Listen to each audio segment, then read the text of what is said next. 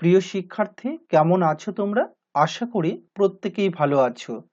আজকের আয়োজনে তোমাদের সবাইকে অভিনন্দন। ক্লাস 11 এর সেকেন্ড সেমিস্টারের ধারাবাহিকভাবে মার্কস টু কোশ্চেন সলভ নিয়ে ধারাবাহিক ক্লাস চলছে। তোমরা যারা জানো না, তোমরা জেনে নাও। আজকের কোশ্চেন জিমি ভ্যালেন্টাইন থেকে নেওয়া হয়েছে।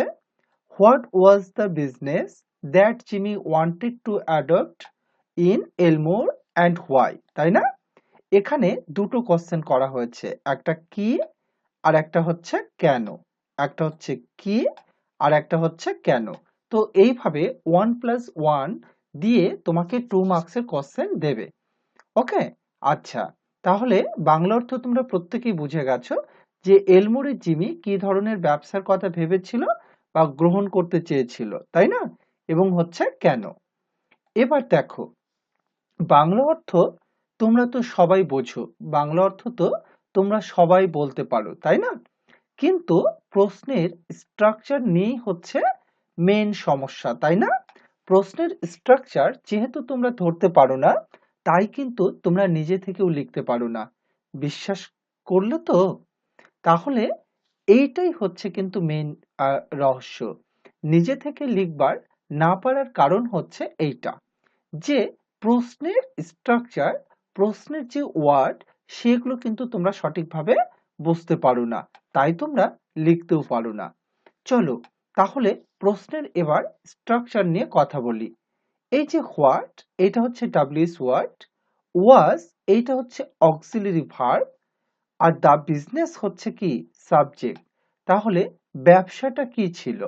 ওকে, আচ্ছা, দ্যাট যেটা Jimmy Jimmy wanted to adopt, Jimmy গ্রহণ করতে চেয়েছিল ইন এলমোর, এলমোরে।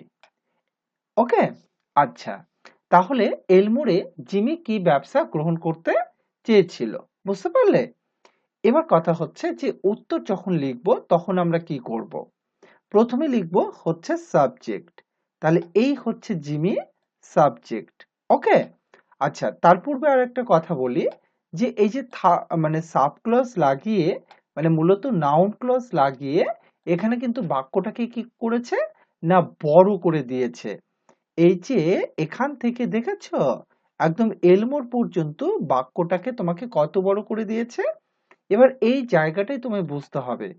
ওকে, আচ্ছা, তাহলে প্রথমে যখন আমরা লিখবো তখন লিখবো সাবজেক্ট। তাহলে এই সাবজেক্ট চলে আসলো জিমি এখানে। আচ্ছা, ভালো কথা। এবার প্রশ্ন যেহেতু পাস্ট টেন্সে আছে, এই যে এখানে ওয়ান্টেড, তাই আমরা নিয়ে নিলাম ওয়ান্টেড। ওকে, আচ্ছা, ওয়ান্টেড এর পর আমরা ইনফিনিটিভ ইউজ করতে পারি যদি থাকে, তাহলে অ্যাডপ্ট হচ্ছে ইনফিনিটিভ। আর ইনফিনিটিভে নিশ্চয়ই, অবশ্যই তোমরা যাই বলো, একটা অবজেক্ট থাকবে। ইনফিনিটিভে অবশ্যই একটা অবজেক্ট থাকবে, বা ইনফিনিটিভের একটা অবজেক্ট থাকতে হবে। ওকে, তাহলে কি করে বুঝলাম যে এখানে অবজেক্ট থাকবে? দেখো, তোমাকে প্রশ্ন করা হয়েছে হোয়াট দিয়ে। তাহলে তোমরা জানো যে কি এবং কাকে দ্বারা প্রশ্ন করলে অবজেক্ট পাওয়া যায়। তো এই যে কি দ্বারা প্রশ্ন করেছে, তাই তোমাকে এখানে উত্তরে কি লিখতে হবে? অবজেক্ট। আর অবজেক্টের জায়গা হচ্ছে ইনফিনিটিভের পর বা হচ্ছে ট্রানজিটিভ ভার্বের পর। ওকে, তাহলে এই যে ওয়ান্টেড, জিমি ওয়ান্টেড চেয়েছিল টু অ্যাডপ্ট গ্রহণ করতে, কি কি, এই যে কি এর উত্তর পেয়ে গেলাম।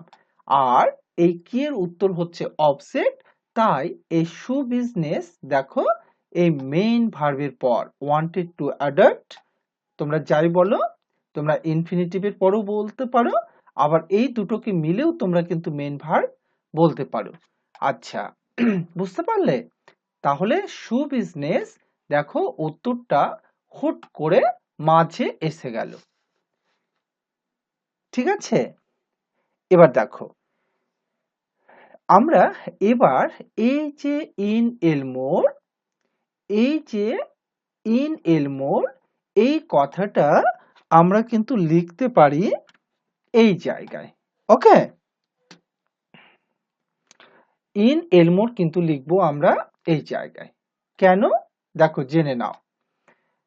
যদি কোনো বাক্যে ট্রান্সিটিভ ভার্ব থাকে তাহলে ট্রান্সিটিভ ভার্বের পর হবে অবজেক্ট, আর অবজেক্টের পর যদি আমরা কিছু লিখতে চাই তারপর লিখতে হবে আমাদের অ্যাডভার্ব। ওকে, বুঝতে পারলে? তাহলে কি দিয়ে প্রশ্ন করেছে, তার মানে কি এর উত্তর হচ্ছে অবজেক্ট। এই অবজেক্টটা কিন্তু এলমোরের পর লিখলে হবে না, এই এলমোরের পর লিখলে হবে না, তোমাকে লিখতে হবে মেইন ভার্বের পর। বুঝতে পারলে? এগুলোই কিন্তু হচ্ছে ফ্রি হ্যান্ড রাইটিং এর মেইন শর্ত। বা তোমরা যে নিজে থেকে লিখতে চাইছো না, সেই নিজে থেকে লিখবার কিন্তু এইগুলোই হচ্ছে মেইন শর্ত, যে কোন ওয়ার্ডকে কোথায় লিখবো, আগে লিখবো, পরে লিখবো, উত্তরটাকে মাঝে লিখবো, শেষে লিখবো, এই যে এগুলো। বুঝতে পারছো? এবার দেখো, হোয়াই দিয়ে যেহেতু প্রশ্ন করা হয়েছে তাই তোমাকে এখানে কি করতে হবে, বিকজ দ্বারা শুরু করতে হবে। ঠিক আছে? আচ্ছা, এবার এখানে দেখো, এই দেয়ার নিয়ে কিছু কথা বলি। তোমরা প্রত্যেকেই জানো যে কোথাও মানে কোনো জায়গায় কিছু আছে, কোনো জায়গায় কিছু আছে বা ছিল বোঝাতে হচ্ছে দেয়ার ব্যবহার করা হয়। বুঝতে পারলে? তাহলে এই দেয়ার কোনো জায়গায় কিছু আছে, তার মানে এল মোড়ে কিছু আছে বা নেই। হ্যাঁ, আছে বা নেই দুটো কিন্তু। তাহলে কোনো জায়গায় কিছু আছে বা নেই, ছিল বা ছিল না, এরকম বোঝাতে সাবজেক্ট হিসেবে দেয়ার ব্যবহার হয়। বুঝতে পারলে? আচ্ছা, তাহলে there was no exclusive shoe store, তার মানে সেখানে ছিল না, সেখানে নির্দিষ্ট জুতোর দোকান ছিল না ইন এলমোরে। এই যে দেখো, তাহলে নির্দিষ্ট জায়গায় কিছু মানে কোনো জায়গায় কিছু আছে বা নেই, ছিল বা ছিল না, এরকম অর্থ প্রকাশে সাবজেক্ট হিসেবে দেয়ার ব্যবহার করা হয়। ওকে। আর এই দেয়ারের পর যে ভার্বটা বসবে, এই ভার্বটা কিন্তু কোনোভাবেই দেয়ারকে দেখে বসবে না। এই ভার্বটা কোনোভাবে কিন্তু দেয়ারকে দেখে বসবে না। কাকে দেখে বসবে? এই ভার্বের পরবর্তী যে নাউন বা নাউন ফ্রেজ তাকে দেখে বসবে।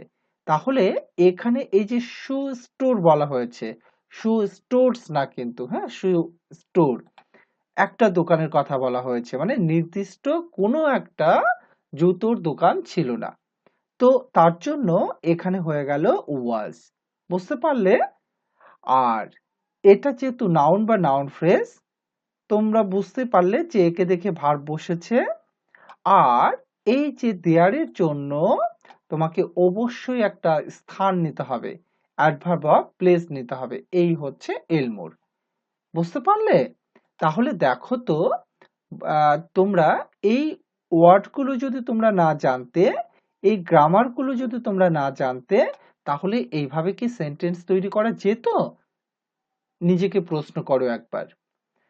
এবার চলে আসি পরের আর একটা সেন্টেন্সে। Only the dry goods and general stores handled, এটা হচ্ছে ভার্ব। হ্যাঁ, প্রশ্নটা যেহেতু পাস্ট টেন্সে তাই এখানে হ্যান্ডেলড করা হয়েছে। তার মানে শুধুমাত্র dry goods and general stores, তার মানে হচ্ছে যে শুকনো পণ্যদ্রব্য এবং সাধারণ যে দোকানগুলো ছিল, সেই দোকানগুলো হ্যান্ডেলড মানে সামলাতো শু বিজনেস, জুতোর হ্যাঁ, জুতোর ব্যবসা ইন এলমোর। ওকে। এবার দেখো এখানে এই যে হ্যান্ডেল, এই হ্যান্ডেলড হচ্ছে ট্রানজিটিভ ভার্ব। তাহলে তোমরা এখানে পড়লে না যে বাক্যের ভার্ব যদি ট্রানজিটিভ হয় তাহলে তারপর কে বসে? অবজেক্ট। বা ইনফিনিটিভের পর নিশ্চয়ই একটা ইনফিনিটিভের কি থাকবে? অবজেক্ট। আর অবজেক্টের পর যদি আমরা কোনো কিছু লিখতে চাই তাহলে লিখতে হবে অ্যাডভার্ব বা অ্যাডভার্বিয়াল ফ্রেজ। তেমনি ভাবে হ্যান্ডেলড মানে সামলাতো। কারা সামলাতো? Dry goods and general stores, কি কি এই যে দেখো ট্রান্সিটিভ ভার্ব, তার মানে আমাকে একটা অবজেক্ট নিতে হবে। কি? এই যে শু বিজনেস, জুতোর ব্যবসা। কোথায়? ইন এলমোর। বুঝতে পারলে? তাহলে দেখো এই যে ওয়ার্ড ফাংশন গুলো তোমাকে দারুণভাবে বুঝতে হবে এবং এগুলোকে সঠিকভাবে তোমাকে অ্যাপ্লাই করতে হবে। তার মানে প্রতিটি ওয়ার্ডের নিজস্ব একটা অবস্থান আছে। সেই অবস্থানগুলোকে তোমরা যদি সঠিকভাবে অ্যাপ্লাই করতে না পারো, প্রত্যেক ওয়ার্ডকে তার নিজস্ব জায়গায় যদি তোমরা লিখতে না পারো, তাহলে সেই ট্রান্সলেশন, সেই বাক্য কিন্তু ভুল হবে। বুঝতে পারলে? তো এই হচ্ছিল আজকের ক্লাস। তোমরা যারা ক্লাসটি প্রথম থেকে করছো, আজকে যারা প্রথম ক্লাস করছো, ধারাবাহিকভাবে অনেকগুলো ক্লাস হয়ে গেছে। তোমরা সেই ক্লাসগুলো দেখতে থাকো আর কমেন্টে জানিয়ে দাও ক্লাসগুলো কেমন লাগছে। আর এটাও জানিয়ে দাও যে তোমরা কোন টপিকের উপর ক্লাস পেতে চাইছো। প্রত্যেকেই ভালো থাকবে এই প্রত্যাশা নিয়ে আজকের ক্লাসটি এখানে শেষ করলাম। আবারও দেখা হবে নতুন কোনো ক্লাসে, নতুন কোনো টপিক নিয়ে।